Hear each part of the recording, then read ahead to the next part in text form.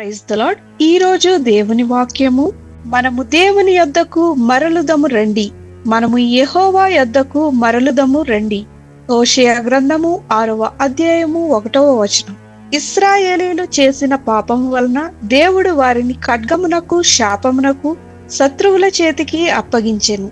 అయితే దేవుడు వారి పట్ల తన నిబంధనను జ్ఞాపకం చేసుకుని వారిపై జాలిపడి వారిని మరలా బాగు చేయుటకును, వారి గాయములు కట్టుటకును తన ప్రజలను పిలుచుచుండగా, నేడు మనము కూడా దేవుని యొద్దకు మరలుదము రండి.